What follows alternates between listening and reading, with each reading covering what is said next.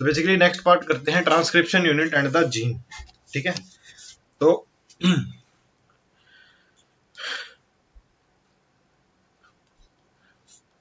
A gene is defined as the functional unit of inheritance. Gene क्या है? एक functional unit है किसकी? इनहेरिटेंस की। तो दो there is no ambiguity that the gene are located on the DNA, it is difficult to literally define a gene in terms of DNA sequence।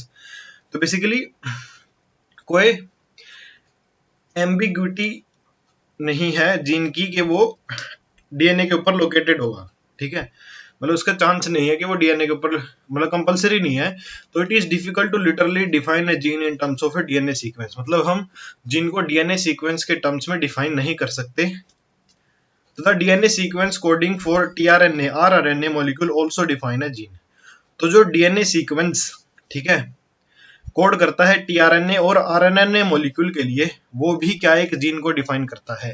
ठीक है, तो however by defining a cistron as a segment of DNA coding for a polypeptide, the structural gene in transcription unit could be said as monocistronic।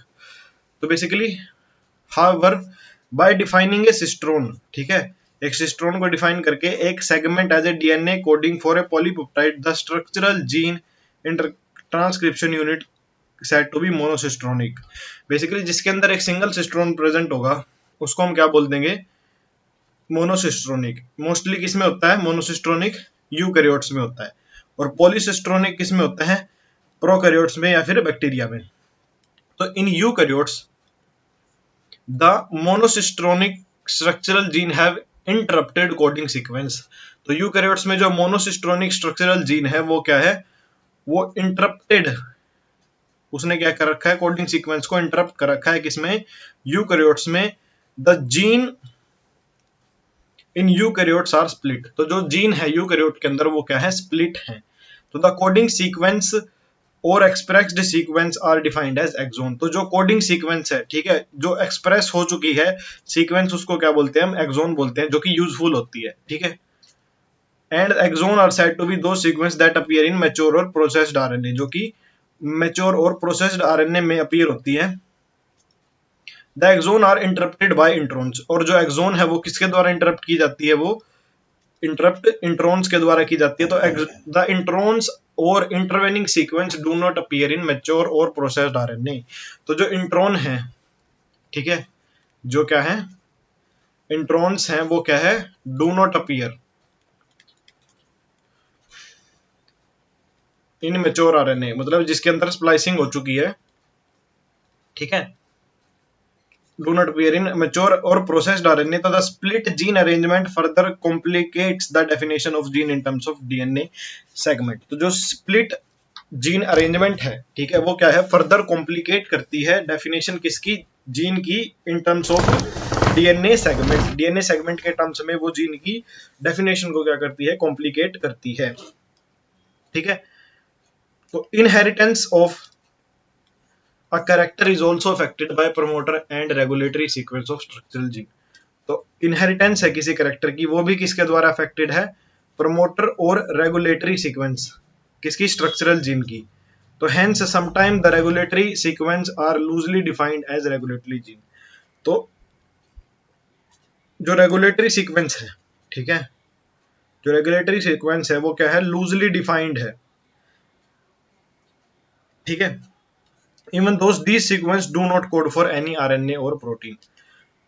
और ये sequence क्या है? किसी भी RNA या फिर प्रोटीन के लिए कोड नहीं करती। ठीक है, तो इनहेरिटेंस किसी कैरेक्टर की किसके द्वारा? एक प्रोमोटर और रेगुलेटर के द्वारा अफेक्टेड है। ठीक है, प्रोमोटर प्रमोट करता है, रेगुलेटरी रेगुलेट करता है। ठीक है, और ये है किसी भी, ये सीक्वेंस क्या है? किसी भी आरएनए या फिर प्रोटीन के लिए कोड नहीं करती। ठीक है, तो जो एक्सोन पार्ट होता है, एक्सोन पार्ट क्या होता है? हमारा कोडिंग सीक्वेंस, या जो एक्सप्रेस्ड जो सीक्वेंस होता है हमारा वो क्या होता है? एक्सोन। और जो एक्सोन को इंटरप्ट करता है, ठीक है, जो कि मैच्योर और प्रोसेस्ड आरएनए में प्रेजेंट नहीं होता, वो क्या होता है? इंट्रॉन होता है। बेसिकली एक प्रोसेस होती है जिसको स्प्लाइसिंग बोलते हैं। स्प्लाइसिंग में क्या होता है? सारे के सारे इंट्रॉन रिमूव कर दिए जाते हैं, उसके अंदर सिर्फ एक्सोन बच जाते हैं। ठीक है, और ये किसके अंदर होता है? सिर्फ बैक्टीरिया और प्रोकैरियोट्स के अंदर होता है। ठीक है, ये चीज भी याद रखना। और जो यूकैरियोट होते हैं उनके अंदर कौन सा होता है, मोनोसिस्ट्रोनिक होता है, ठीक है, एक सिंगल सिस्ट्रोन ही प्रेजेंट होता है, ठीक है। तो बेसिकली उसके बाद आता है टाइप्स ऑफ आरएनए। बेसिकली एक सिंपली अगर आप याद ध्यान से देखो तो यूकैरियोट के अंदर जो अनयूजफुल पार्ट है वो बन ही नहीं रहा है, मतलब जो इंट्रॉन वाला पार्ट है वो बन ही नहीं रहा है, इसीलिए वो मोनोसिस्ट्रोनिक है, उनके अंदर सारे के सारे इंपॉर्टेंट ही बन रहे हैं। लेकिन प्रोकैरियोट्स के अंदर क्या है, एक स्प्लाइसिंग प्रोसेस होता है जो इंट्रॉन को रिमूव करता है और सिर्फ सिस्ट्रोन को रखता है। उसके बाद आता है types of RNA and the process of transcription. Basically इसके अंदर हम पढ़ेंगे कि टाइप्स क्या है आरएनए का और प्रोसेस ऑफ ट्रांसक्रिप्शन। तो basically in bacteria there are 3 major types of RNA. Basically bacteria के अंदर क्या है, मेनली 3 मेजर टाइप्स है आरएनए के, एमआरएनए, ठीक है, tRNA and rRNA. Basically mRNA, tRNA और RNA, all 3 RNA are needed to synthesize a protein in a cell। तो बेसिकली तीनों के तीन किसमें रिक्वायर्ड है, प्रोटीन बनाने में रिक्वायर्ड है। तो mRNA प्रोवाइड द टेम्पलेट, जो mRNA है, ठीक है, जो mRNA है वो क्या है, टेम्पलेट प्रोवाइड करता है। tRNA brings amino acids, tRNA क्या करता है, अमीनो एसिड लाता है। एंड रीड जेनेटिक कोड, और क्या करता है, जेनेटिक कोड को रीड करता है, ठीक है। और जो हमारा आरआरएनए है वो क्या है, स्ट्रक्चरल और कैटालिटिक रोल प्ले करता है, ठीक है। जो हमारा राइबोसोमल आरएनए है वो क्या करता है, स्ट्रक्चरल और कैटालिटिक रोल प्ले करता है ट्रांसलेशन के टाइम पे। ट्रांसलेशन क्या है, translation that is protein formation, ठीक है।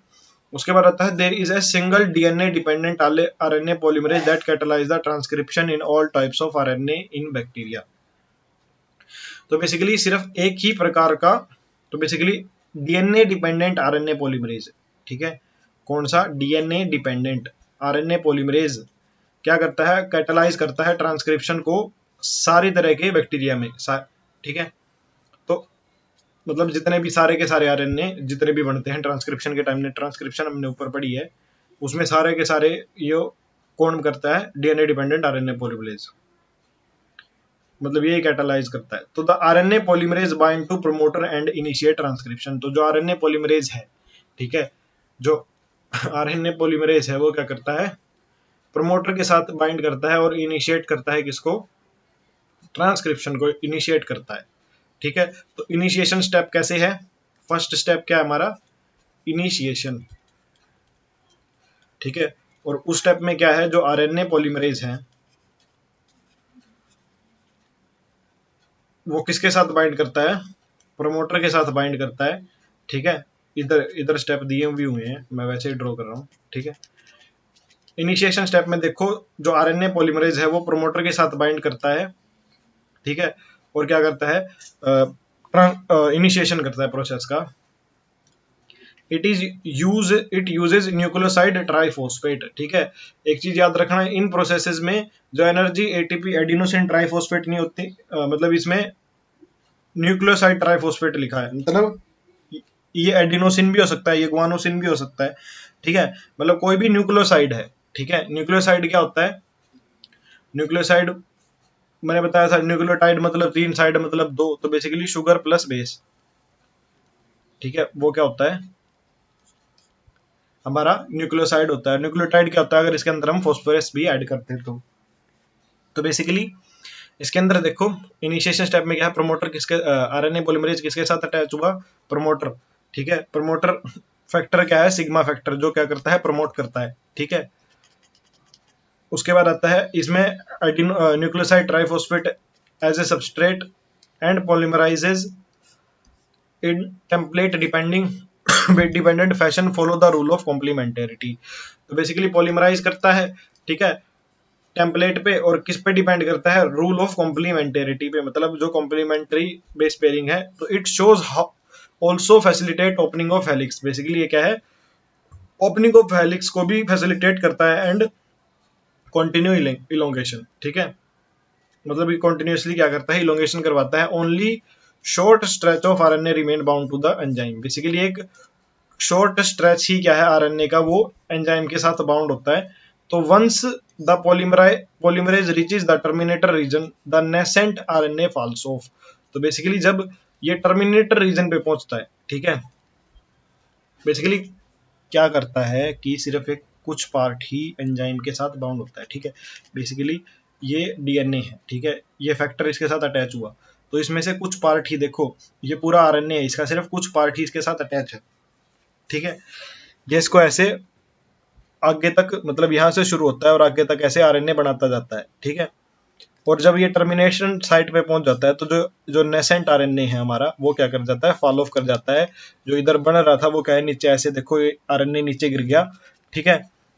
So also the RNA polymerase result in termination of transcription. तो बेसिकली इस थर्ड स्टेप में क्या है कि टर्मिनेशन ऑफ आरएनए सीक्वेंस हो जाता है,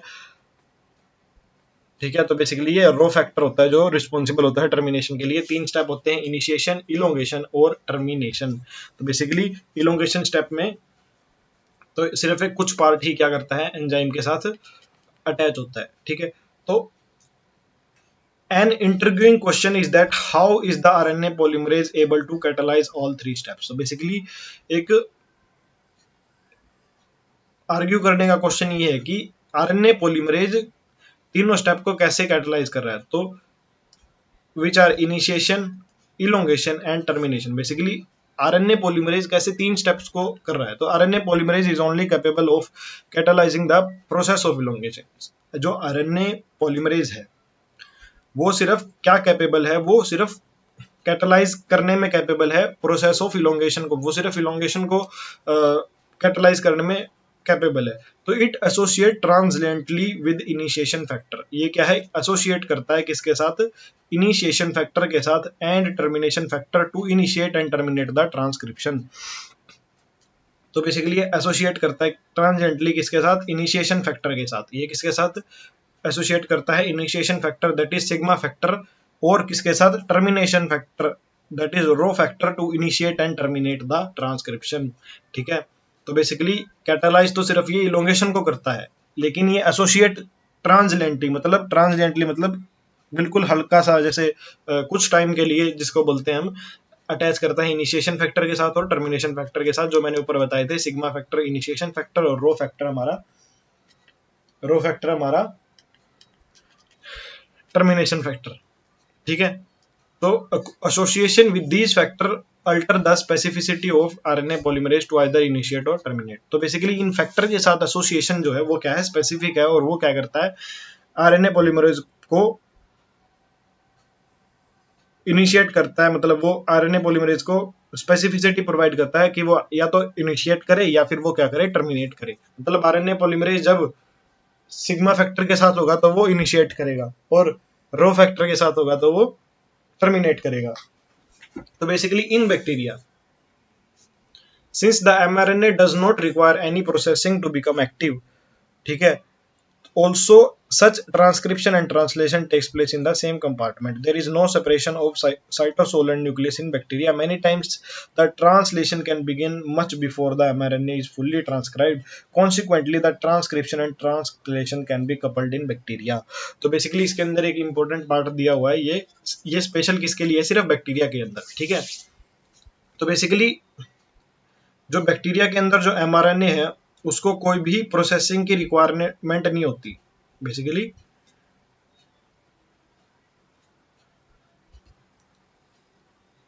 तो बेसिकली इसमें मैं उल्टा बोल गया था, सॉरी। इसमें यूकैरियोट्स में मैं इधर लिख देता हूं साइड में, बेसिकली प्रोकैरियोट्स में स्प्लाइसिंग नहीं होती, ठीक है। बेसिकली जो रिमूवल है, जो आफ्टर प्रोसेसिंग है, ठीक है, mRNA बनने के बाद उसके अंदर प्रोसेसिंग होती है जिसमें से इंट्रॉन्स रिमूव होते हैं और एक्सॉन बचते हैं। तो बेसिकली प्रोकैरियोट में स्प्लाइसिंग नहीं होती, ठीक है, इनके अंदर स्प्लाइसिंग नहीं होती, और यूकैरियोट्स के अंदर होती है,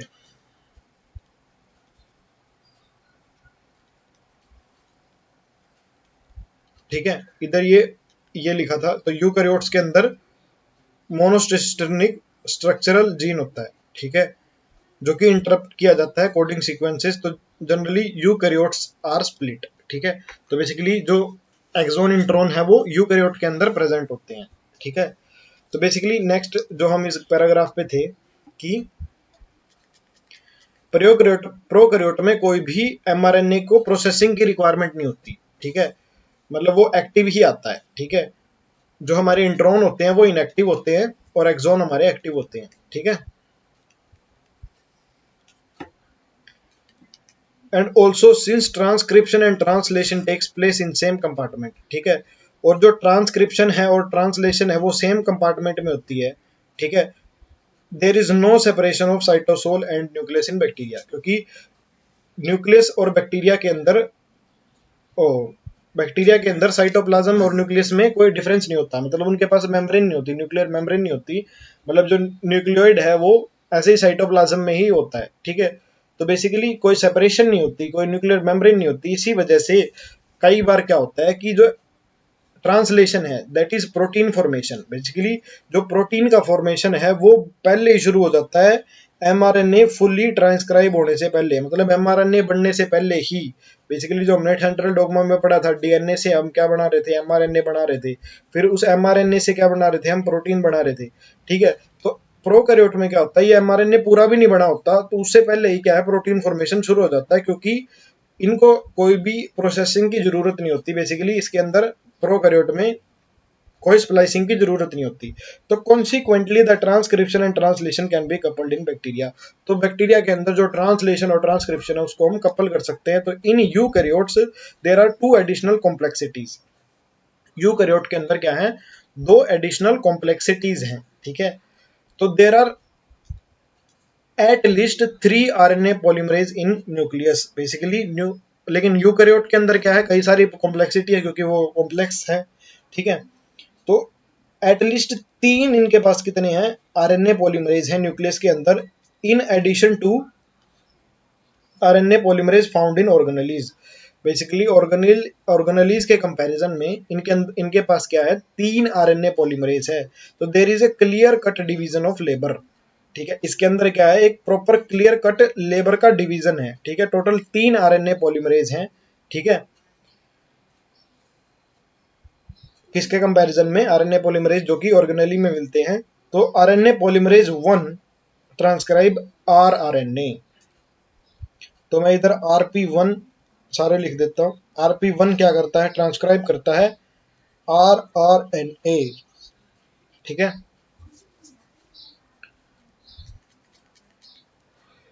that is 28S, 18S and 5.8S। कौन से 28S, 18S और 5.8S, ठीक है। उसके बाद whereas RNA polymerase 3 is responsible for transcription of tRNA and 5S RNA and snRNA that is small nuclear RNA, ठीक है। तो जो आरएनए पॉलीमरेज 3 है,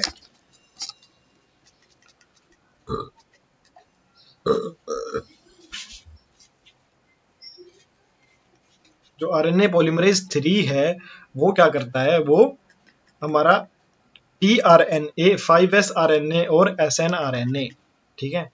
tRNA, 5S RNA और snRNA,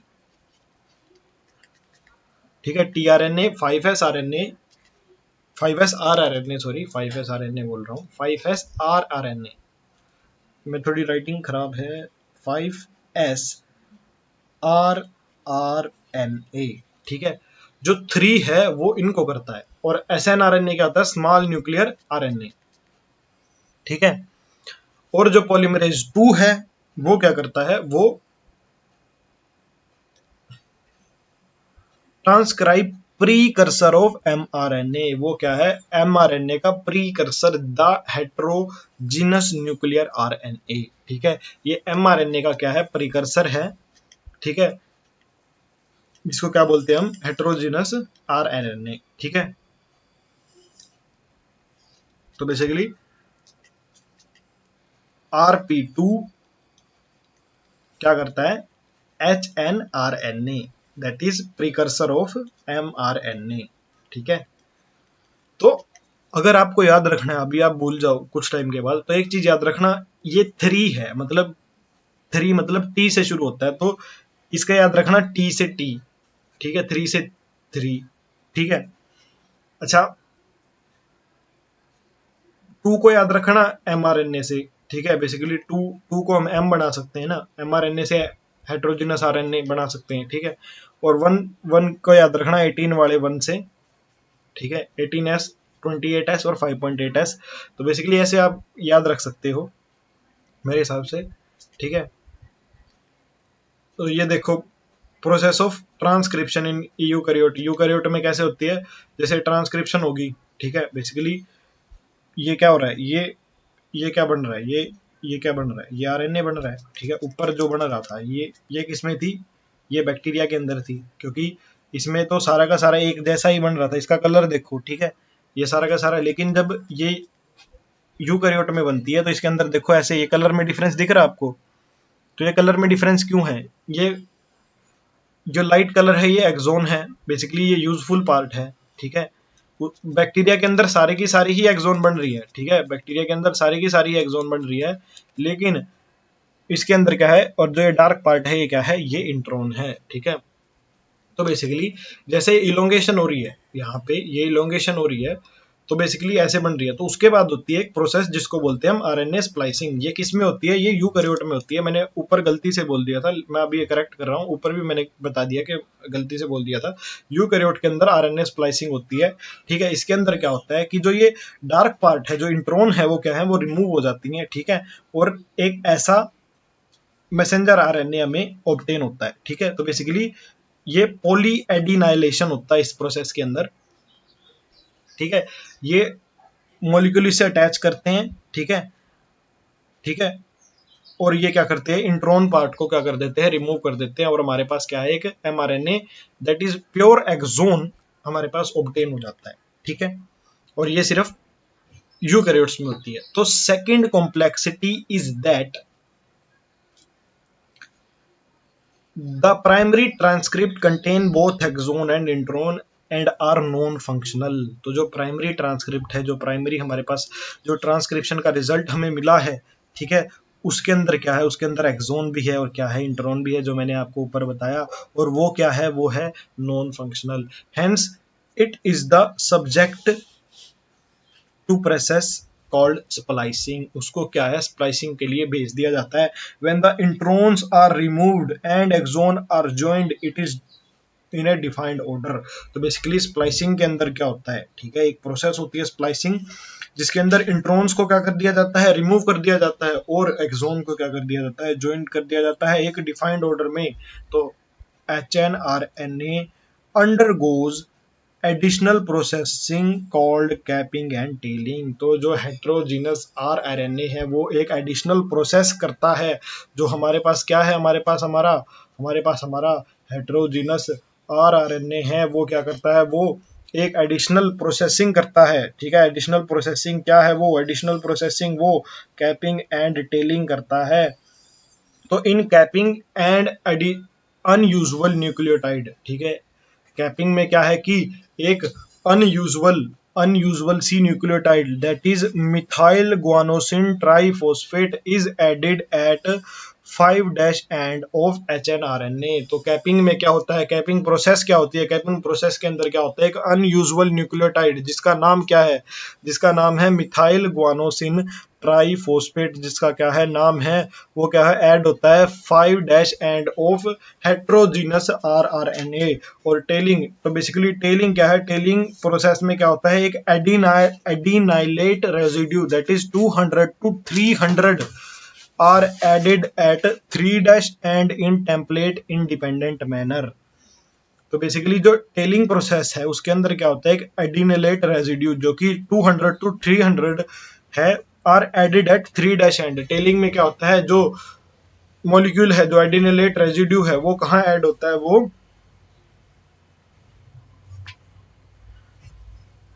वो क्या है, 3' एंड पे ऐड होता है। तो template independent manner, basically template के इंडिपेंडेंट मैनर में। तो it is fully processed at HNRNA। Basically ये क्या है, एक फुल्ली प्रोसेस्ड हेट्रोजीनस आरएनए है। और अब उसको क्या बोलते हैं हम, अब हम इसको बोलते हैं mRNA, ठीक है। तो बेसिकली जो RNA पॉलीमरेज 2 HNRNA कर रहा है वो बेसिकली क्या है, वो प्रीकर्सर है, बेसिकली वो एक प्रीकर्सर है किसका, mRNA का। तो बेसिकली जब ये फुली क्या हो जाता है, प्रोसेस हो जाता है, देखिए बेसिकली अगर जब HNRNA की प्रोसेसिंग कंप्लीट हो जाती है तो वो क्या बना लेता है, वो mRNA बना लेता है, that is transported out of the nucleus for translation. और फिर वो क्या है, वो ट्रांसपोर्ट करता है न्यूक्लियस से, और फिर वो आगे क्या करता है, ट्रांसलेशन करता है। मैंने पहले भी बताया, सेंट्रल डोग्मा में हमने पढ़ा है कि हमारे पास जो डीएनए है वो क्या करता है, वो ट्रांसक्रिप्शन करके mRNA फाइनल रिजल्ट हमारे पास प्रोवाइड करता है। तो बेसिकली हमारे पास जो ये प्रोडक्ट आया है, ये क्या आया, हमारे पास mRNA आया है। तो the significance of such complexity is now beginning to be understood. तो बेसिकली जो सिग्निफिकेंस है, इतनी सारी कॉम्प्लेक्स रिएक्शन, इतने आरएनए पॉलीमरेज इसमें यूज किए हैं, इसमें स्प्लाइसिंग हुई है, इसमें कैपिंग हुई है, इसमें टेलिंग हुई है, तो उसका सिग्निफिकेंस क्या है, तो the split gene arrangement represent probably N ancient feature of genome. तो जो स्प्लिट जीन अरेंजमेंट है वो क्या है, एक एंशिएंट फीचर जीनोम का रिप्रेजेंट करती है। तो the presence of intron is reminiscent of antiquity and the process of splicing represent the dominance of RNA world। तो बेसिकली जो इंट्रोन का प्रेजेंस है वो क्या है, एक रेमिनिसेंट ऑफ एंटिकिटी है, और वो जो प्रोसेस ऑफ स्प्लाइसिंग है, जो स्प्लाइसिंग की प्रोसेस है वो क्या शो करती है, वो शो करती है डोमिनेंस ऑफ आरएनए वर्ल्ड के। बेसिकली आरएनए का डोमिनेंस शो करती है। In recent times the understanding of RNA and RNA dependent process in living system have assumed more importance। तो जो recent times थे, जो RNA और RNA डिपेंडेंट प्रोसेस है, ठीक है, जो रिसेंट टाइम में RNA और RNA डिपेंडेंट प्रोसेस है लिविंग सिस्टम में, वो क्या है, ज्यादा उसको ज्यादा क्या दी गई है, इंपॉर्टेंस दी गई है, ठीक है। तो बेसिकली जो ये स्प्लाइसिंग और ये जो स्प्लिट जीन अरेंजमेंट है, ये क्या शो करती है, ये डोमिनेंस शो करती है किसकी, आरएनए वर्ल्ड की। तो नेक्स्ट पार्ट करते हैं genetic code.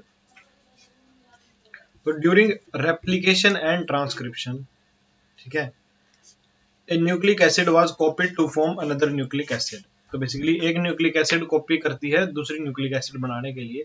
As these process are easy to conceptualise on the basis of complementarity.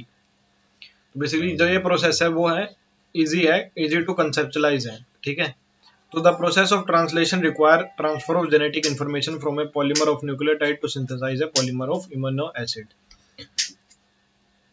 तो बेसिकली ये है, इनको हम कंसेप्चुलाइज कर सकते हैं कॉम्प्लीमेंटेरिटी के बेसिस पे। तो जो प्रोसेस है ट्रांसलेशन की, that is protein formation, require transfer of genetic information. उसमें क्या है, इंफॉर्मेशन का, जेनेटिक इंफॉर्मेशन का ट्रांसफर रिक्वायर्ड है, किसके किससे किसके बीच में, पॉलीमर ऑफ न्यूक्लियोटाइड से to synthesise polymer of amino acid. तो बेसिकली पॉलीमर ऑफ न्यूक्लियोटाइड से हमें क्या बनाना है, पॉलीमर ऑफ अमीनो एसिड बनाना है। तो हमें जो जेनेटिक इंफॉर्मेशन है अमीनो एसिड की, वो क्या है, ट्रांसफर करनी जरूरी है। तो neither does any complementarity exist between nucleotide and amino acid nor could any be drawn theoretically. तो ना तो कोई कॉम्प्लीमेंटेरिटी एग्जिस्ट कर सकती है न्यूक्लियोटाइड और अमीनो एसिड के, और ना ही थ्योरेटिकली हम ड्रॉ कर सकते हैं, क्योंकि न्यूक्लियोटाइड और अमीनो एसिड दोनों डिफरेंट चीज है। तो there existed ample evidences though to support the notion that change in nucleotide were responsible for change in amino acid in protein। तो बेसिकली ना तो हम न्यूक्लियोटाइड और अमीनो एसिड को वो एक दूसरे के कॉम्प्लीमेंट्री कर सकते हैं, मतलब उनके अंदर कोई कॉम्प्लीमेंटेरिटी ढूंढ सकते हैं, ठीक है, क्योंकि दोनों न्यूक्लियोटाइड डिफरेंट चीज है, अमीनो एसिड डिफरेंट चीज है। लेकिन कई एविडेंसेस हैं जो क्या सपोर्ट करते हैं कि जो चेंज इन न्यूक्लिक एसिड है, ठीक है, जो चेंज इन न्यूक्लिक एसिड है, ठीक है, क्या है, चेंज इन न्यूक्लिक एसिड है, वो रिस्पॉन्सिबल है किसके लिए, चेंज इन अमीनो एसिड के, ठीक है। तो this led to proposition of genetic code, ठीक है, इससे किसका प्रोपोजिशन हुआ, जेनेटिक कोड का, that could direct the sequence of amino acid, जो कि क्या कर सकता है, डायरेक्ट कर सकता है sequence of amino acid during protein synthesis. तो बेसिकली एक जेनेटिक कोड क्या कर सकता है, डायरेक्ट कर सकता है सीक्वेंस ऑफ अमीनो एसिड। ठीक है, एक जेनेटिक कोड क्या कर सकता है, डायरेक्ट कर सकता है sequence of amino acids during synthesis of protein. तो प्रोटीन सिंथेसिस के टाइम पे, तो if determining the biochemical nature of genetic material and the structure of DNA was very exciting. तो basically if determining the biochemical nature of genetic material, ठीक है, the proposition and deciphering of genetic code was most challenging. Basically जब हमें biochemical nature पता करने में इतना मुश्किल हुई थी कि वो आरएनए है, डीएनए है, ठीक है, मतलब वो इतना एक्साइटिंग, इतना डिफिकल्ट था, तो जो प्रोपोजिशन और जो डेसिफरिंग है जेनेटिक कोड की, वो और भी ज़्यादा कॉम्प्लेक्स थी, क्योंकि जेनेटिक कोड उस डीएनए के अंदर प्रेजेंट होता है, मतलब उन कोड से मिलके ही डीएनए बनता है। ठीक है, उन बेसिस के जो कोड होते हैं जो हमारे, तो it in very true sense it required involvement of science from several discipline, physicist, organic chemist, biochemist and geneticist. तो बेसिकली इसमें कई सारे जॉन मतलब जॉनरा बोल सकते हैं, कई सारे साइंटिस्ट की, जैसे फिजिस्ट की जरूरत थी, ऑर्गेनिक केमिस्ट की जरूरत थी, बायोकेमिस्ट की जरूरत थी और जेनेटिस्ट की जरूरत थी। It was George Gamow, a physicist, who argued that since there are only four bases, तो बेसिकली वो जॉर्ज गेमाओ थे, ठीक है, जिन्होंने क्या बताया कि, जो कि फिजिस्ट थे, ठीक है, जिन्होंने आर्ग्यू किया कि if that since there are only four bases, ठीक है, सिर्फ चार बेसिस हैं ATGC, if they have to code for 20 amino acid, अगर उनको 20 अमीनो एसिड के लिए कोड करना है, तो the code could should consist of combination of basis. तो बेसिकली वो अलग अलग बेसिस के कॉम्बिनेशन का होना चाहिए। तो he suggested that in order to code for 20 amino acid the code should be made up of 3 nucleotide. तो जॉर्ज गेमाओ ने क्या बताया कि जो कोड है वो 3 न्यूक्लियोटाइड। तो बेसिकली जॉर्ज गेमाओ ने क्या बताया कि 4 बेसिस रिक्वायर्ड होंगे 20 अमीनो एसिड्स के लिए। ठीक है, क्या बताया उसने, 4 बेसिस रिक्वायर्ड होंगे 20 अमीनो एसिड्स के लिए। तो this was very bold proposition because a permutation combination of 4 cube, ठीक है, अगर हम परम्यूटेशन कॉम्बिनेशन से देखें तो वुड जनरेट 64 कोडोन। तो बेसिकली ये क्या करेगा, अगर 4 बेसिस यूज करेंगे, ठीक है, जॉर्ज गेमाओ ने क्या बताया कि 4 बेसिस यूज करेंगे, ठीक है, तो 4 बेसिस यूज करेंगे तो उसके अंदर 64 कोडोन्स बनेंगे, तो generate many more codon than required. तो बेसिकली जितने हमें रिक्वायर्ड हैं उससे बहुत ही ज़्यादा कोडोन हो गई है, तो ठीक है, क्योंकि अमीनो एसिड तो टोटल 20 हैं। तो providing proof that the codon was triplet was more daunting task, ठीक है, कि कोडोन ट्रिपलेट है ये बताना भी एक तरह से बहुत ही मुश्किल टास्क था। तो the chemical method developed by doctor Hargobind Khorana, ठीक है, तो बेसिकली हरगोबिंद खुराना इंडिया से थे। इंस्ट्रूमेंटल, ठीक है, जो केमिकल मेथड किसने किया, हरबिंद खुराना ने किया। Instrumental in synthesis RNA molecule with defined combination of base that is homopolymer and copolymer. तो उसने एक इंस्ट्रूमेंटल रिसर्च की किसमें, synthesis of RNA molecule with defined combination, ठीक है। तो Marshall Nirenberg cell free system for protein synthesis finally help the code to be deciphered. तो जो मार्शल नीरनबर्ग थे, ठीक है, उसका जो सेल फ्री सिस्टम था प्रोटीन सिंथेसिस का, उसने फाइनली क्या किया, हेल्प किया किसके लिए, कोड को डेसिफर करने के लिए।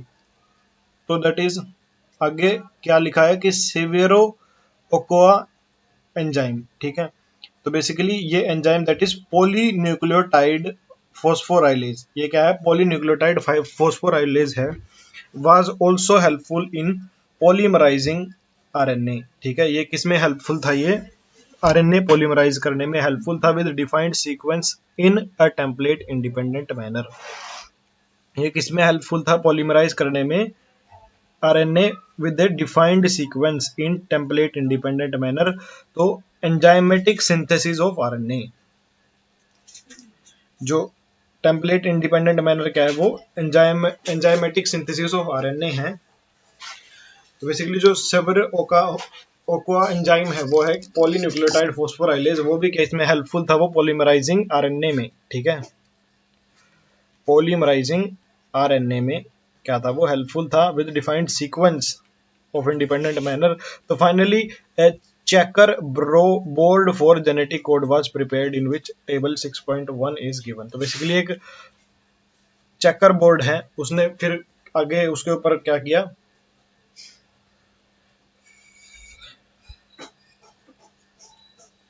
उसके ऊपर चेक किया कि जेनेटिक कोड जो प्रिपेयर हुआ, तो बेसिकली ऐसे कोडॉन 6.1 में क्या किए गए, प्रिपेयर किए गए, ठीक है। तो उसके बाद आता है salient feature of genetic code. तो बेसिकली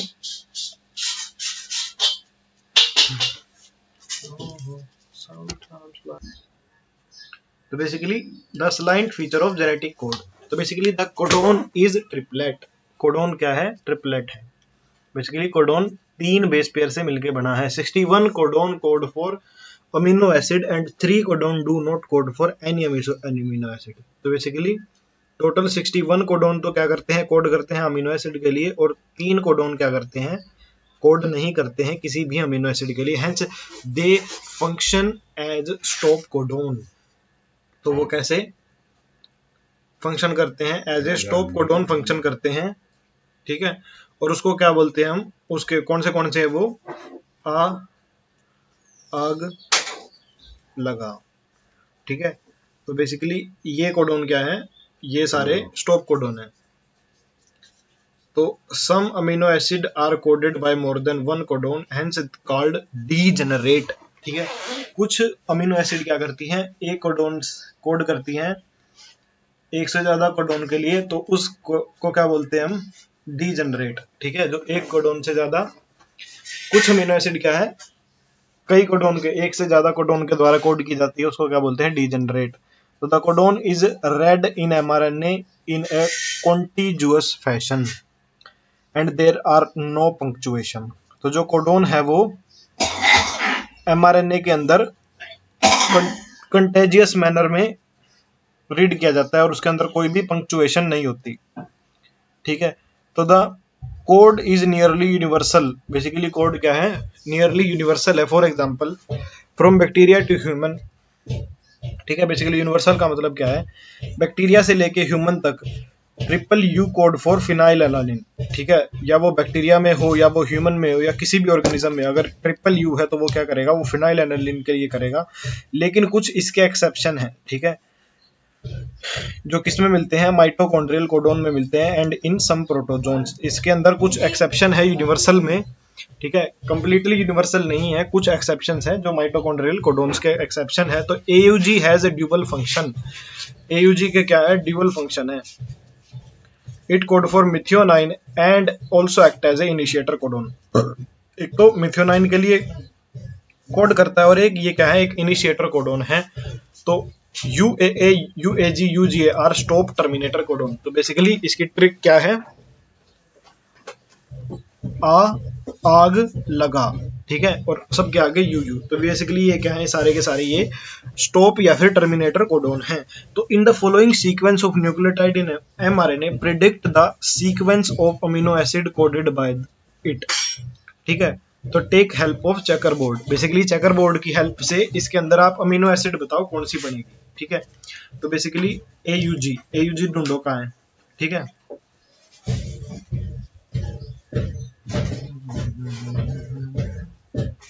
तो AUG क्या होगी, मिथियोनाइन, ठीक है। तो ये तो हो गया मिथियोनाइन, ठीक है। ट्रिपल यू पढ़ा था हमने, फिनाइल एलानिन, ठीक है। ये क्या हो गया, फिनाइल एलानिन, ठीक है। तो बेसिकली ऐसे चेकर बोर्ड से हम क्या है, सारे के सारे क्या बता सकते हैं कि ये कौन सी अमीनो एसिड है, ठीक है। तो नाउ ट्राई द अपोजिट, ठीक है। अब इसका अपोजिट ट्राई करो। Following in the sequence of amino acid coded bye mRNA predict the code, ठीक है। अब कोड प्रिडिक्ट करो। अब मिथियोनाइन का देखो क्या है कोड, फिनाइल एलानिन देखो, फिनाइल एलानिन का ट्रिपल यू भी है, UUC भी है, ठीक है।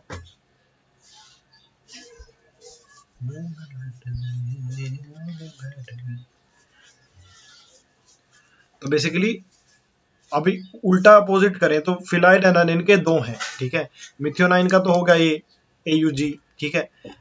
मिथ्योनाइन का तो हमने प्रिडिक्ट कर दिया AUG है, लेकिन फिनाइल एनानिन के 2 हैं, एक तो ट्रिपल U है और एक UUC है। तो basically do you face any difficulty है कि कौन सा है, ठीक है। तो कैन यू ने correlate which to property of genetic code you have learned, ठीक है। तो बेसिकली कोड जो है वो उसको हम ऐसे फाइंड नहीं कर सकते, ठीक है। उसके बाद नेक्स्ट पार्ट आता है हमारे पास म्यूटेशन एंड जेनेटिक कोड, ठीक है।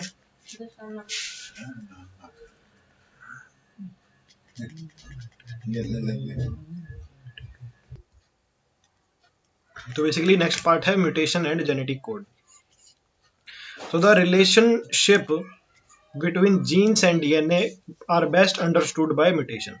तो जो रिलेशन है जीन और डीएनए के बीच में वो बेस्ट कौन एक्सप्लेन करता है, म्यूटेशन एक्सप्लेन करती है। तो you have studied about mutation and its effect in chapter 5। तो effect of large deletion rearrangement in segment of DNA are easy to be comprehend, ठीक है।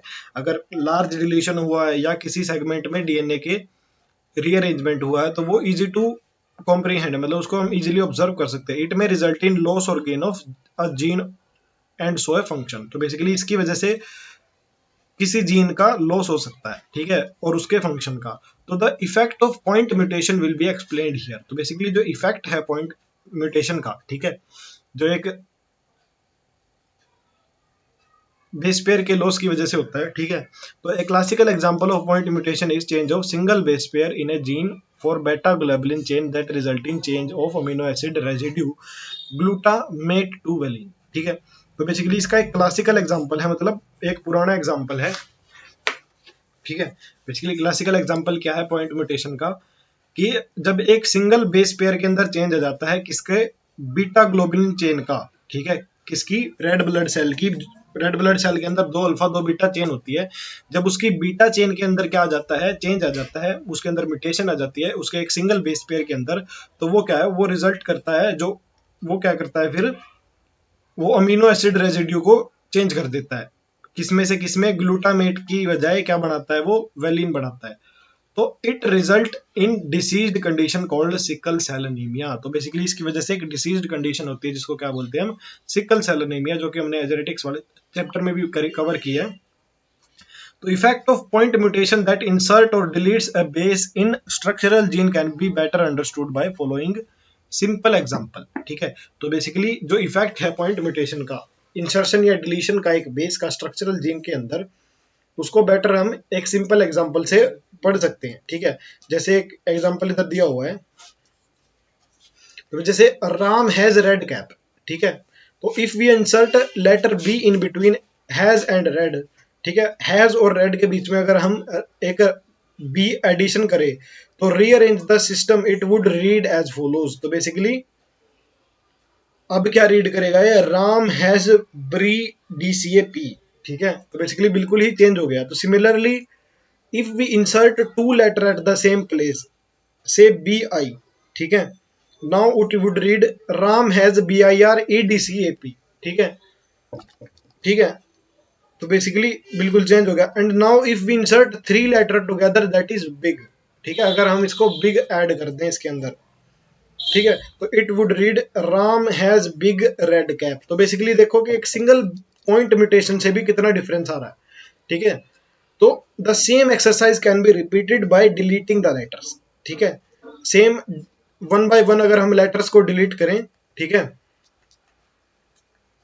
तो जैसे राम हैज EDCAP, एक लेटर रिमूव कर दिया, E रिमूव कर दिया, Ram has DCAP and Ram has cap. तो the conclusion from the above exercise is obvious, ठीक है। बेसिकली इंसर्शन और deletion of 1 or 2 bases changes the reading frame from point of insertion और deletion। तो बेसिकली इसका conclusion क्या है, अबव एक्सरसाइज का कंक्लूजन क्या है, कि जो इंसर्शन और डिलीशन है एक या एक से ज्यादा बेसिस का, वो क्या है, पूरे के पूरे रीडिंग फ्रेम को चेंज कर देता है उसके पॉइंट ऑफ इंसर्शन या डिलीशन की वजह से, ठीक है। तो however such mutation are referred to as frame shift insertion और डिलीशन म्यूटेशन। तो बेसिकली इसको क्या बोलते हैं, इस तरह की म्यूटेशन को हम बोलते हैं frame shift frame shift, insertion और डिलीशन, म्यूटेशन। तो इंसर्शन और deletion of three or its multiple bases insert or delete in one or multiple codon, hence one or multiple amino acid and reading frame remain unaltered from point that onwards। तो जो insertion और deletion है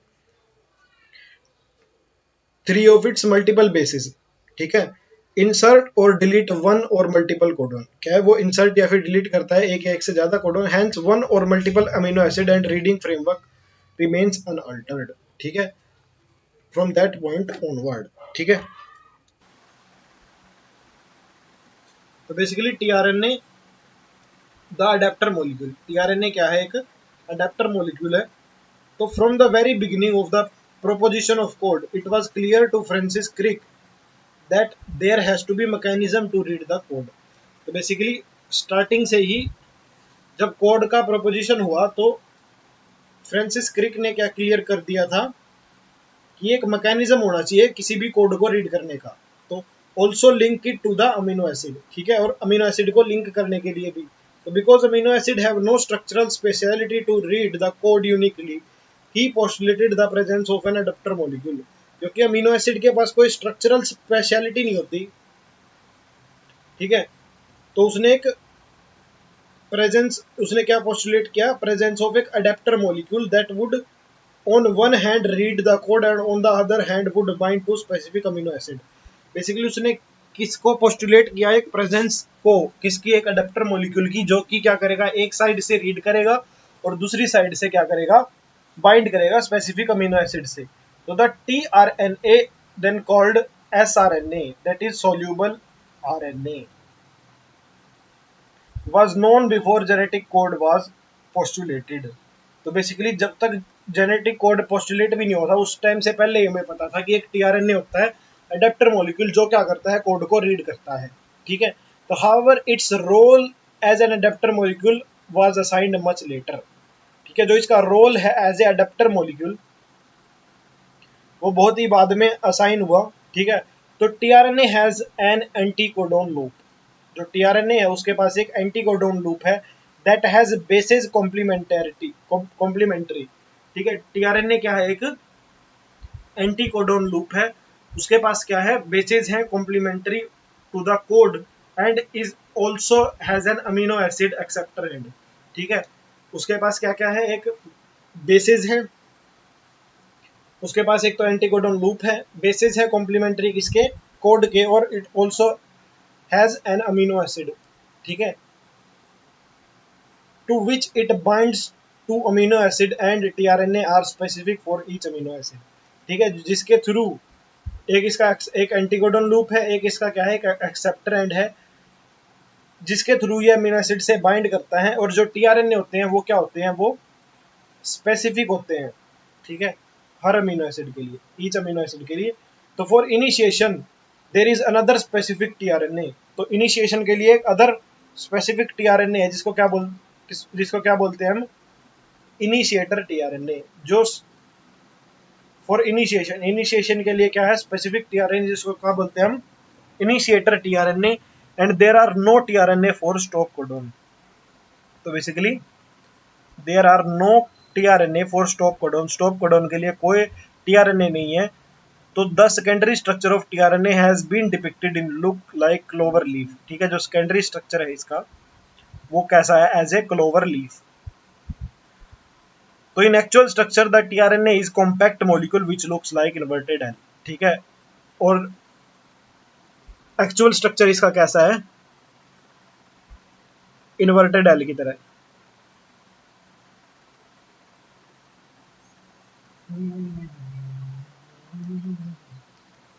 ठीक है।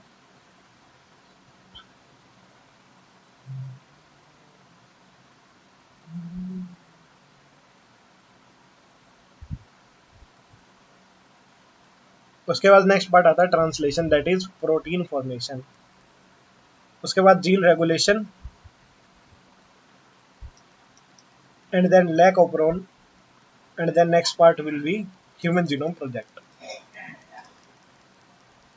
तो next part करते हैं अब translation, that is protein formation. तो translation refers to the process of polymerisation of amino acid to form polypeptide. Basically translation क्या है, प्रोसेस है पॉलीमराइजेशन का, ठीक है, किसका, अमीनो एसिड्स का, क्या बनाने के लिए, पॉलीपेप्टाइड बनाने के लिए। तो the order and sequence of amino acid are defined by the sequence of base in the mRNA. तो जो ऑर्डर और जो सीक्वेंस है अमीनो एसिड का वो कौन डिफाइन करेगा, सीक्वेंस ऑफ बेस डिफाइन करेंगे, ठीक है, जो एमआरएनए के अंदर जो नाइट्रोजनस बेस है वो डिफाइन करेंगे कि ऑर्डर या फिर सीक्वेंस अमीनो एसिड का क्या होगा। और बेस कौन से, नाइट्रोजनस बेस। तो the amino acid are joined by bond called peptide bond. Amino acid के बीच में कौन सा बॉन्ड होता है, peptide bond. Formation of a peptide bond require energy. तो पेप्टाइड बॉन्ड की फॉर्मेशन को क्या चाहिए, एनर्जी चाहिए। तो therefore in the first phase itself amino acid are activated in presence of ATP. तो बेसिकली फर्स्ट फेज में ही क्या है, अमीनो एसिड एक्टिवेट होती है किसकी प्रेजेंस में, presence of ATP and linked to their cognate tRNA. और किसके साथ लिंक्ड होती है, अपने टीआरएनए के साथ। A process commonly called as charging of tRNA.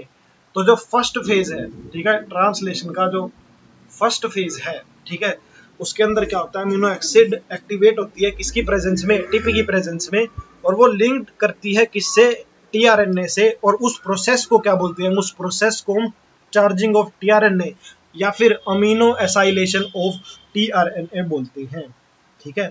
क्या होती है ये, लिंकिंग किसकी, अमीनो एसिड की किसके साथ, टीआरएनए के साथ, ठीक है। To to be more specific, if two such charged tRNA are brought close enough, the formation of peptide bond between them would be favored energetically।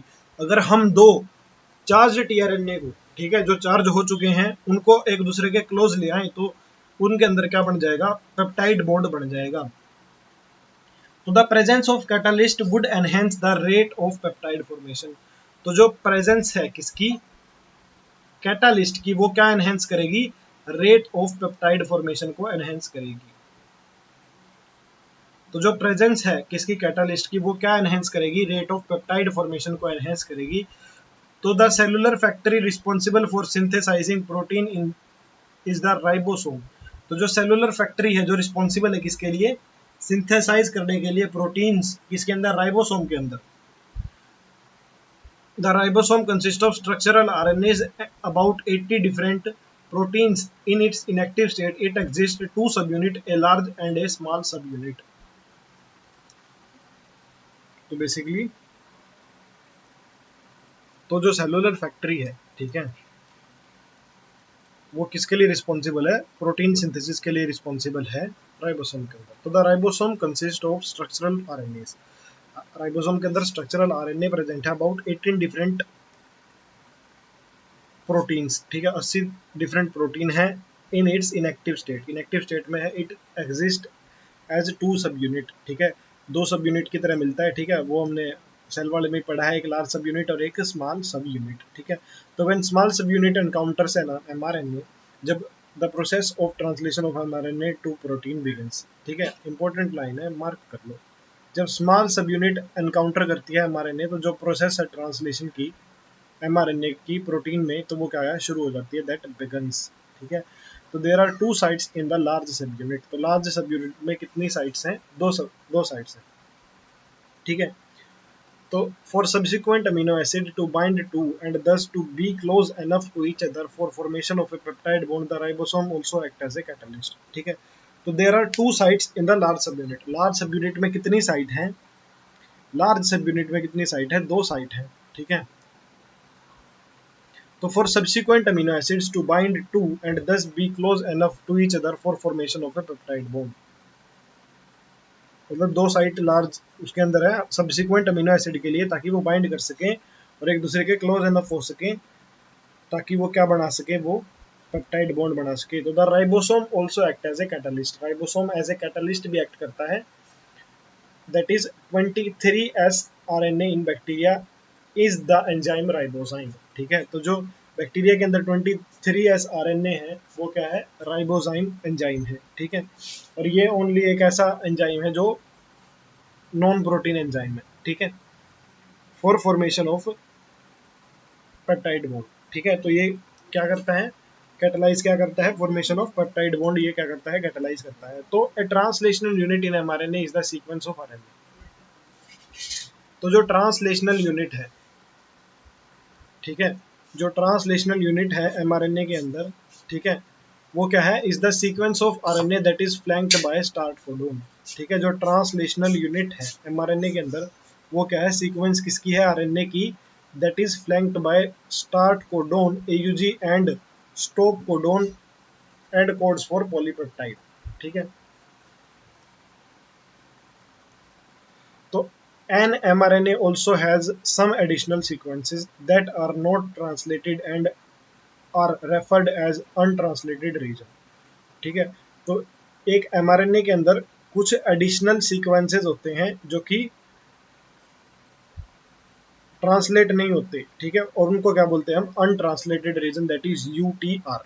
ठीक है, तो एक ट्रांसलेशन यूनिट एमआरएनए के अंदर सीक्वेंस होते हैं जो कि किसके साथ, किसके द्वारा फ्लैंक किए जाते हैं, आइदर स्टार्ट कोडोन और आइदर स्टॉप कोडोन, और वो क्या करती हैं, वो कोड करती हैं पॉलीपेप्टाइड के लिए। और कुछ एडिशनल सीक्वेंस होते हैं जो कि ट्रांसलेट नहीं होते। ठीक है, उनको क्या बोलते हैं हम, अनट्रांसलेटेड रीजन। तो the UTR are present at both 5' end. तो यूटीआर है वो दोनों 5' एंड पे प्रेजेंट होती है, before start codon, start codon से पहले, and 3' end after stop codon. ठीक है, यूटीआर कहाँ प्रेजेंट होती है, अनट्रांसलेटेड रीजन कहाँ प्रेजेंट होती है, दोनों 5' पे 3' पे। 5' क्या है, बिफोर स्टार्ट कोडोन, और 3' क्या है, आफ्टर स्टॉप कोडोन। ठीक है, बेसिकली अनट्रांसलेटेड रीजन है ये सारे। ठीक है, तो they are required for efficient translation process. Basically इनकी रिक्वायरमेंट किसके लिए होती है, एफिशिएंट अगर हमें ट्रांसलेशन करवानी है। ठीक है, तो for initiation the ribosome bind to mRNA at the start codon. तो इनिशिएशन के लिए, ठीक है, जो राइबोसोम है वो किसके साथ बाइंड करते हैं, एमआरएनए के साथ एट स्टार्ट कोडोन। ठीक है, and that is recognised only by initiator tRNA. ठीक है, इनिशिएशन के लिए जो राइबोसोम है वो किसके साथ बाइंड करते हैं, एमआरएनए के साथ एट स्टार्ट कोडोन। ठीक है, and that is recognised only by initiator tRNA. और जो सिर्फ किसके द्वारा रिकॉग्नाइज किया जाता है, सिर्फ इनिशिएटर टीआरएनए के द्वारा रिकॉग्नाइज किया जाता है। तो ribosome proceed to the elongation phase of protein synthesis. तो राइबोसोम क्या करते हैं, प्रोसीड करते हैं इलोंगेशन फेज किसका, प्रोटीन सिंथेसिस का। राइबोसोम क्या प्रोसीड करते हैं, इलोंगेशन फेज किसका, प्रोटीन सिंथेसिस का।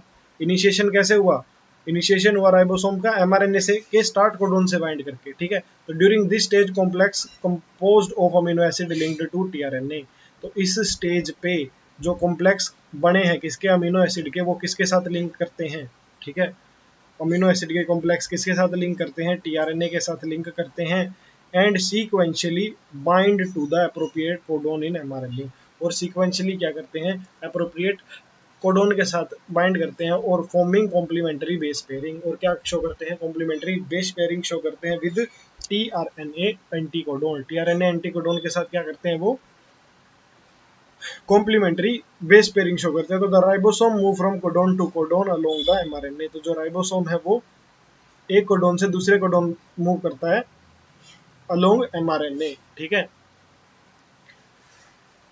तो amino acid are added one by one translated into polypeptide. तो एक वन बाय वन क्या है, अमीनो एसिड ऐड होती हैं और वो क्या ट्रांसलेट करके क्या बनाती है, पॉलीपेप्टाइड बनाती है, dictated bye DNA. Polypeptide sequence dictated bye DNA and represented by mRNA. ठीक है, जो पॉलीपेप्टाइड बनाती है वो किसके द्वारा डिक्टेट किया गया है, डीएनए के द्वारा। ठीक है, क्योंकि डीएनए से एमआरएनए बना के वो बनाया है। और रिप्रेजेंट किसके द्वारा किया गया है, एमआरएनए के द्वारा। At the end release factor binds to stop codon. तो बेसिकली एक रिलीज फैक्टर क्या करता है, बाइंड करता है स्टॉप कोडोन के साथ, terminating the translation and releasing the complete polypeptide from the ribosome. तो एंड में क्या करता है, एक रिलीज फैक्टर बाइंड करता है किसके साथ, स्टॉप कोडोन के साथ, और क्या कर देता है, टर्मिनेट कर देता है ट्रांसलेशन को, and releasing the complete polypeptide from the ribosome. और क्या रिलीज कर देता है, कंप्लीट पॉलीपेप्टाइड रिलीज कर देता है किससे, राइबोसोम से। ठीक है, तो बेसिकली एक रिलीज फैक्टर क्या करता है, बाइंड करता है स्टॉप कोडोन के साथ। ठीक है, और वो क्या करता है, टर्मिनेट कर देता है ट्रांसलेशन को, और पूरा का पूरा पॉलीपेप्टाइड जो राइबोसोम से क्या कर देता है, रिमूव कर देता है, ठीक है, रिलीज कर देता है। उसके बाद नेक्स्ट पार्ट आता है हमारे पास रेगुलेशन ऑफ जीन एक्सप्रेशन। तो regulation of gene expression refer to a very broad term that may occur at various level, ठीक है। तो considering that gene expression result in formation of a polypeptide, it can be regulated at several levels. In eukaryote, the regulation could be exerted at, ठीक है। तो जो regulation है gene expression का वो एक बहुत ब्रॉड टर्म है, ठीक है, अलग अलग लेवल पे हो सकता है, ठीक है। तो बेसिकली जो जीन एक्सप्रेशन है वो उसका रिजल्ट क्या है, formation of polypeptide, basically protein formation ही क्या है, एक्सप्रेशन है। मैंने बात पहले भी बताई आपको, अगर कोई डीएनए या कोई भी जेनेटिक मटेरियल एक्सप्रेस करता है तो मतलब वो प्रोटीन बना रहा है, ठीक है। तो it can be regulated eight several level, इसको हम रेगुलेट कर सकते हैं अलग अलग लेवल पे। यूकैरियोट के अंदर रेगुलेशन कैसे कैसे हो सकता है, ठीक है, बेसिकली इस जीन एक्सप्रेशन को, ठीक है, जो पॉलीपेप्टाइड फॉर्मेशन को हम रेगुलेट कर सकते हैं, तो वो किस किस लेवल पे हो सकता है। एक तो ट्रांसक्रिप्शन लेवल, ठीक है, जब क्या बन रहा होता है, एमआरएनए बन रहा होता है, ठीक है। एट प्रोसेसिंग लेवल, जब क्या होती है, स्प्लाइसिंग होती है, जब प्रोसेसिंग होती है, ठीक है, मतलब जो यूकैरियोट के अंदर जो स्प्लाइसिंग पढ़ी थी हमने, इंट्रॉन का रिमूवल जो हमने पढ़ा था, उस लेवल पे हो सकता है रेगुलेशन। एक transport of mRNA from nucleus to cytoplasm, एक कब हो सकता है ट्रांसपोर्ट किसका, एमआरएनए का, from nucleus to cytoplasm, mRNA का ट्रांसपोर्ट न्यूक्लियस से साइटोप्लाज्म। और एक कब हो सकती है, एक ट्रांसलेशन लेवल पे, ठीक है, ठीक है। एक एक किस लेवल पे हो सकती है, ट्रांसपोर्ट के लेवल पे, जब एमआरएनए क्या करता है, ट्रांसपोर्ट करता है, ठीक है, न्यूक्लियस से साइटोप्लाज्म। और एक क्या है, ट्रांसलेशन लेवल पे। बेसिकली ये सारी प्रोसेसेस के नाम लिखे हुए हैं इसमें, उन लेवल पे हम उसको रेगुलेट कर सकते हैं।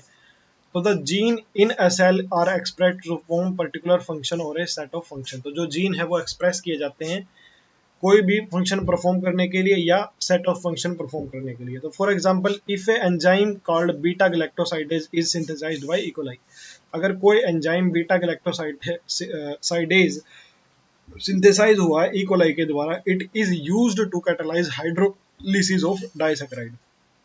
बेसिकली ये किसके लिए यूज होगा, हाइड्रोलिसिस ऑफ डाइसैकेराइड के लिए यूज होगा, ठीक है। वो किसके लिए यूज होगा, किसकी कैटालिसिस के लिए यूज होगा, हाइड्रोलिसिस ऑफ डाइसैकेराइड की, that is lactose into galactose and glucose, ठीक है।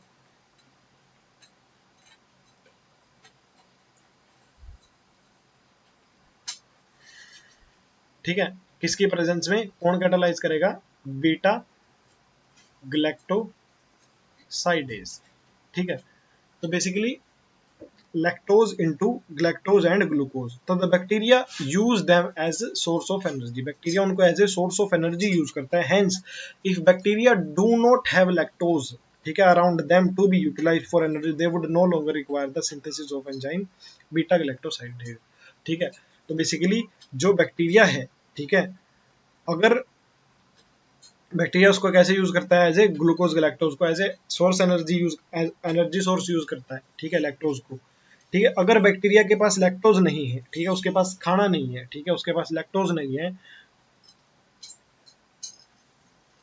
तो they would know longer require the synthesis of enzyme beta galactosidase. तो बेसिकली उसको, अगर उसके पास लैक्टोज नहीं है तो उसको बीटा गैलेक्टोसाइडेज की भी रिक्वायरमेंट नहीं है। Therefore in simple term, it is metabolic, physiological और environmental condition that regulate the expression of a gene। तो बेसिकली इंपॉर्टेंट लाइन है बहुत ही ज्यादा।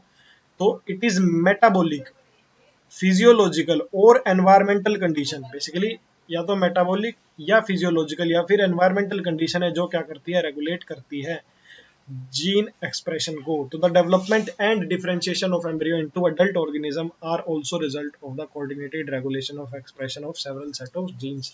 तो जो डेवलपमेंट और जो डिफरेंशिएशन है एम्ब्रियो का, ठीक है, जो डेवलपमेंट है और जो डिफरेंशिएशन है एम्ब्रियो का किसके अंदर, एडल्ट के अंदर, are also result of coordinated regulation of expression, वो भी किसका रिजल्ट है,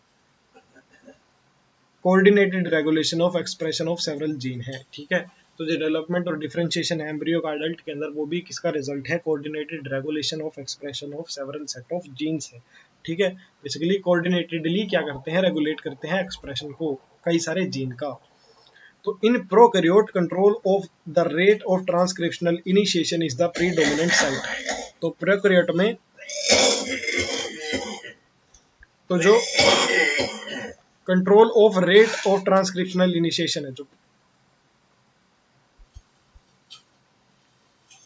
तो प्रोकैरियोट में क्या है, जो कंट्रोल है rate of transcriptional initiation is the predominant site for control of gene expression. तो प्रोकैरियोट में ज्यादातर किस लेवल पे होता है, ट्रांसक्रिप्शनल लेवल पे होता है।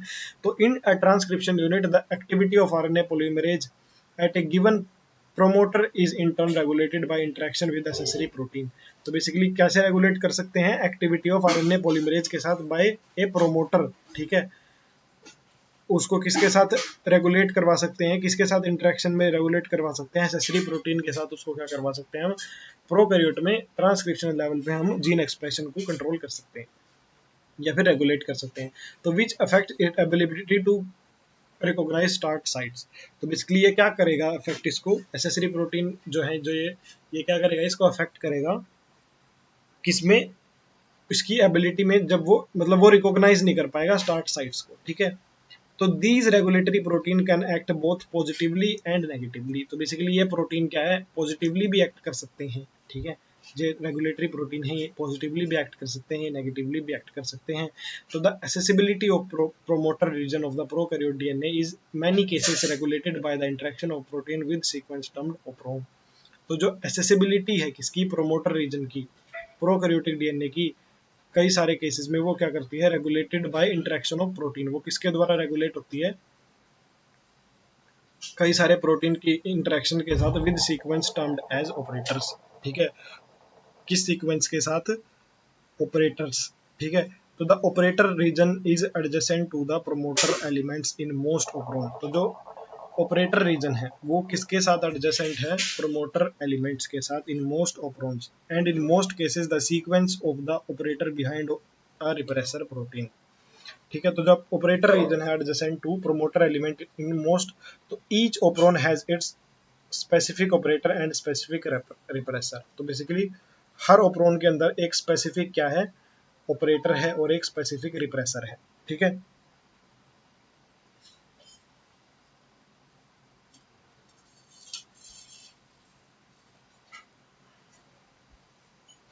तो for example lac operator is present only in lac operon. तो जो लैक का जो ऑपरेटर है वो सिर्फ लैक ऑपरोन में प्रेजेंट होगा। It interact specifically with lac repressor only. तो वो सिर्फ लैक रिप्रेसर के साथ ही क्या करेगा, इंटरेक्ट करेगा, ठीक है। तो नेक्स्ट पार्ट है हमारा द लैक ऑपरोन, ठीक है। The elucidation of lac operon was also a result of close association between geneticist, ठीक है। जो लैक ऑपरोन का जो जिन्होंने ल्यूडिकेट किया, ठीक है, किसके किसमें, क्लोज एसोसिएशन, किसका रिजल्ट है वो, क्लोज एसोसिएशन बिटवीन जेनेटिस्ट, ठीक है। कौन से, Francis Jacob and biochemist that is Jacques Monod, ठीक है। ये क्वेश्चन पूछ सकते हैं, फ्रांसिस जैकोब क्या थे, जेनेटिस्ट, और मोनोड क्या थे, बायोकेमिस्ट। ऐसे ऐसे क्वेश्चन नीट में आ सकते हैं। ये चीज बिल्कुल बिल्कुल आपको लाइन लाइन पकड़ के चलना है, बिल्कुल बिल्कुल आपको लाइन लाइन पकड़ के चलना है। They were the first to elucidate a transcriptionally regulated system, ठीक है। वो क्या थे, फर्स्ट थे जिन्होंने ट्रांसक्रिप्शनली रेगुलेटेड सिस्टम एक्सप्लेन किया। तो in lac operon, here lac refers to lactose. Lac क्या है, लैक्टोज है। A polycistronic structural gene is regulated by common promoter and regulatory gene। एक पॉलीसिस्ट्रोनिक स्ट्रक्चरल जीन है वो किसके द्वारा रेगुलेट होता है, वो एक कॉमन प्रोमोटर और रेगुलेटरी जीन के द्वारा रेगुलेट होता है। एक पॉलीसिस्ट्रोनिक स्ट्रक्चरल जीन क्या है, रेगुलेट किसके द्वारा होता है, कॉमन प्रोमोटर और रेगुलेटरी जीन के द्वारा। तो सच arrangement is very common in bacteria, ठीक है। जो ये अरेंजमेंट है वो बिल्कुल कॉमन है बैक्टीरिया के अंदर and is refer to as operon. और इसको क्या बोलते हैं, हम ओप्रोन बोलते हैं। To name few such example, lac operon, TRP operon, ARA operon, his operon and val operon. तो ये सारे क्या हैं, ओप्रोन के एग्जांपल्स हैं, ठीक है। तो the lac operon consist of one regulatory gene. जो लैक ओप्रोन है उसके अंदर क्या है, एक रेगुलेटरी जीन है, ठीक है, द आई जीन, ठीक है। Here the term I does not refer to inducer, ठीक है, जो आई जीन है वो इंड्यूसर नहीं है, rather it is derived from the word inhibitor. जो आई है, आई का मतलब है इनहिबिटर, ठीक है। Three structural gene that is Z Y A, ठीक है, तीन स्ट्रक्चरल जीन है Z Y A. The I gene code for repressor of the lac operon. जो आई जीन है वो किसके लिए कोड करता है, आई जीन कोड करता है रीप्रेसर के लिए, repressor of lac operon. The Z gene code for beta galactosidase, ठीक है। तो जो जेड जीन है वो किसके लिए करता है, beta galactosidase that is beta गैल। तो which is primarily responsible for hydrolysis of the disaccharide, ठीक है, जो कि प्राइमरली किसके लिए रिस्पॉन्सिबल है, हाइड्रोलिसिस ऑफ डाइसैकेराइड के लिए रिस्पॉन्सिबल है इनटू इट्स मोनोमेरिक यूनिट, ठीक है, जो कि क्या है, प्राइमरली रिस्पॉन्सिबल है हाइड्रोलिसिस ऑफ डाइसैकेराइड के लिए, जो किसके लिए रिस्पॉन्सिबल है, प्राइमरली हाइड्रोलिसिस ऑफ डाइसैकेराइड के लिए, lactose into its monomeric unit, ठीक है, जो किसके लिए रिस्पॉन्सिबल है, हाइड्रोलिसिस ऑफ डाइसैकेराइड के लिए और लैक्टोज के लिए उसकी मोनोमेरिक यूनिट में। ऊपर भी पढ़ा था हमने, बीटा गैलेक्टोसाइडेज क्या करता है, हाइड्रोलिसिस करता है, that is galactose and glucose, ठीक है। तो उसको वो उसकी मोनोमेरिक यूनिट में तोड़ देता है, उसका हाइड्रोलिसिस कर देता है। तो वाई जीन कोड फॉर परमेज, ठीक है, वाई जीन किसके लिए कोड करता है, वाई जीन कोड करता है परमेज के लिए। तो which increase permeability of the cell, ठीक है, ये क्या करता है, इंक्रीज करता है permeability of the cell to beta galactosidase. Beta galactosidase के लिए क्या करता है, सेल की परमिएबिलिटी इंक्रीज कर देता है। The A gene encodes trans acetylase. तो जो ए जीन है वो किसके लिए कोड करता है, वो ट्रांस एसिटाइलेज के लिए कोड करता है। तो hence all the three genes product in lac operon are required for metabolism of lactose. तो जो सारे के सारे जो तीन जो जीन प्रोडक्ट हैं लैकोप्रोन के अंदर, वो किसके लिए रिक्वायर्ड है, वो मेटाबॉलिज्म ऑफ लैक्टोज के लिए रिक्वायर्ड है, ठीक है। जो तीन जीन है, तो जो तीन जीन प्रोडक्ट हैं, सॉरी, जो जीन के प्रोडक्ट हैं, ठीक है, कौन सा, जेड क्या करता है, बीटा गैलेक्टोसाइडेज, ठीक है, वाई क्या करता है, परमीज, ठीक है, और ए क्या करता है, ट्रांस एसिटाइलेज। ये सारे क्या हैं, ये जो एज जो हैं ये क्या है, सारे के सारे प्रोडक्ट हैं, जीन प्रोडक्ट हैं, और ये क्या करते हैं, रिक्वायर्ड होते हैं मेटाबॉलिज्म किसके, लैक्टोज के। तो in most other operons as well, the gene present in the operon are needed together to function the same or related metabolic pathway। तो मोस्ट ऑफ अदर ओपरोन में भी क्या है, रिक्वायर्ड होता है कि जो जीन प्रेजेंट होते हैं ओपरोन के ऊपर, वो किसके लिए रिक्वायर्ड होते हैं, नॉर्मल फंक्शनिंग, मतलब उससे रिलेटेड मेटाबॉलिज्म के अंदर रिक्वायर्ड वो होते हैं। तो lactose is a substrate for enzyme beta galactosidase. तो basically lactose is a substrate for enzyme beta galactosidase, ठीक है। लैक्टोज सबस्ट्रेट है किसके, एंजाइम के लिए, बीटा गैलेक्टोसाइडेज के लिए, and is regulates switching on and off of operon, ठीक है, और क्या करता है, रेगुलेट करता है स्विचिंग ऑन और ऑफ किसका, एपरोन का, ठीक है, ऑन ऑफ में किसका काम करता है, तो hence is termed as inducer, ठीक है। तो इसी वजह से इसको हम क्या बोलते हैं, इंड्यूसर बोलते हैं। तो in absence of preferred carbon source such as glucose, ठीक है, किसकी एब्सेंस में, प्रेफर्ड कार्बन सोर्स के एब्सेंस में, if lactose is provided in growth medium of bacteria, the lactose is transported into the cell through the action of permease, ठीक है। तो basically in absence of preferred carbon source, carbon preferred carbon source की absence में जो glucose है, ठीक है, if lactose is provided in growth medium of bacteria, the lactose is transported into the cell through action of permease. So remember, very low level of expression of lactoferrin has to be present in the cell all the time, otherwise lactose cannot enter the cell, ठीक है। तो basically अगर preferred carbon source absent है, ठीक है, जैसे glucose है, ठीक है, तो उस मीडियम में अगर हम लैक्टोज प्रोवाइड करते हैं, ठीक है, तो जो लैक्टोज है वो ट्रांसपोर्ट होती है सेल के अंदर किसके एक्शन के थ्रू, परमीज के एक्शन के थ्रू, ठीक है। और remember, to the lactose that then induces the operon in a following manner. तो बेसिकली उस टाइम पे फिर क्या है, अगर प्रेफर्ड कार्बन सोर्स एब्सेंट है, ठीक है, तो उस टाइम पे लैक्टोज क्या करती है, इंड्यूस करती है ओप्रोन को। तो remember a very low level of expression of lactoferrin has to be present in the cell all the time, otherwise lactose cannot enter the cell। तो बेसिकली एक चीज याद रखना कि बहुत ही लो लेवल चाहिए किसका, किसके एक्सप्रेशन के लिए, लैकोप्रोन के एक्सप्रेशन के लिए, अदरवाइज लैक्टोस एंटर नहीं करेगी सेल के अंदर, ठीक है। तो repressor of the operon is synthesised. तो जो रिप्रेसर है किसका, ओप्रोन का, वो क्या है, सिंथेसाइज हो जाता है all the time constitutively form the I gene, ठीक है। तो जो रिप्रेसर है ओप्रोन का वो सिंथेसाइज हो जाता है, ठीक है, और क्या बनाता है, आइजीन बनाता है, ठीक है। तो the repressor protein bind to operator region. जो रिप्रेसर प्रोटीन है वो किसके साथ बाइंड करता है, रिप्रेसर प्रोटीन किसके साथ बाइंड करता है, ऑपरेटर रीजन से ओप्रोन के एंड प्रिवेंट आरएनए पॉलीमरेज। और क्या प्रिवेंट करता है, RNA polymerase from transcribing the ओप्रोन, ठीक है। क्या अपोज करता है, ट्रांसक्राइबिंग द ओप्रोन। तो in presence of an inducer such as lactose और allolactose the repressor is inactivated by interaction with the inducer. तो बेसिकली इंड्यूसर की प्रेजेंस में, ठीक है, किसी भी इंड्यूसर की प्रेजेंस में, तो जैसे लैक्टोज है, एलोलैक्टोज है, ठीक है, तो जो रिप्रेसर है वो क्या होता है, इनएक्टिवेट होता है, किसकी इंटरेक्शन से, इंड्यूसर की इंटरेक्शन से। तो this allow RNA polymerase access to promoter and transcription proceed. तो बेसिकली ये क्या अलाउ करता है, आरएनए पॉलीमरेज का एक्सेस किसको, प्रमोटर को, और ट्रांसक्रिप्शन को क्या करता है, आगे प्रोसीड करवाता है। तो essentially regulation of lac operon can be visualised as regulation of enzyme synthesis by its substrate.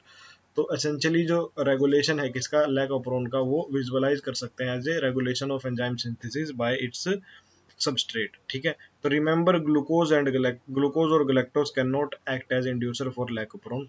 Can you think for how long the lac operon would be expressed in presence of lactose.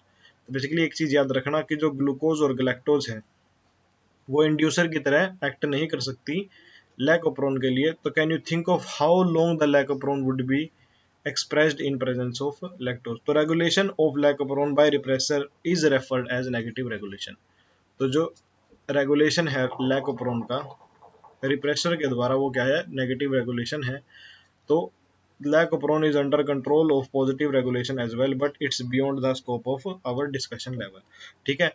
जो लैकोप्रोन है वो positive भी है, positive regulation भी है और negative regulation भी है, ठीक है। अगर रिप्रेसर करे तो नेगेटिव है, ठीक है, और पॉजिटिव हमारे सिलेबस के बाहर है, ठीक है। तो ग्लूकोज और गैलेक्टोज क्या है, can not act as a inducer. Basically glucose और गैलेक्टोज है वो इंड्यूसर का काम नहीं करते।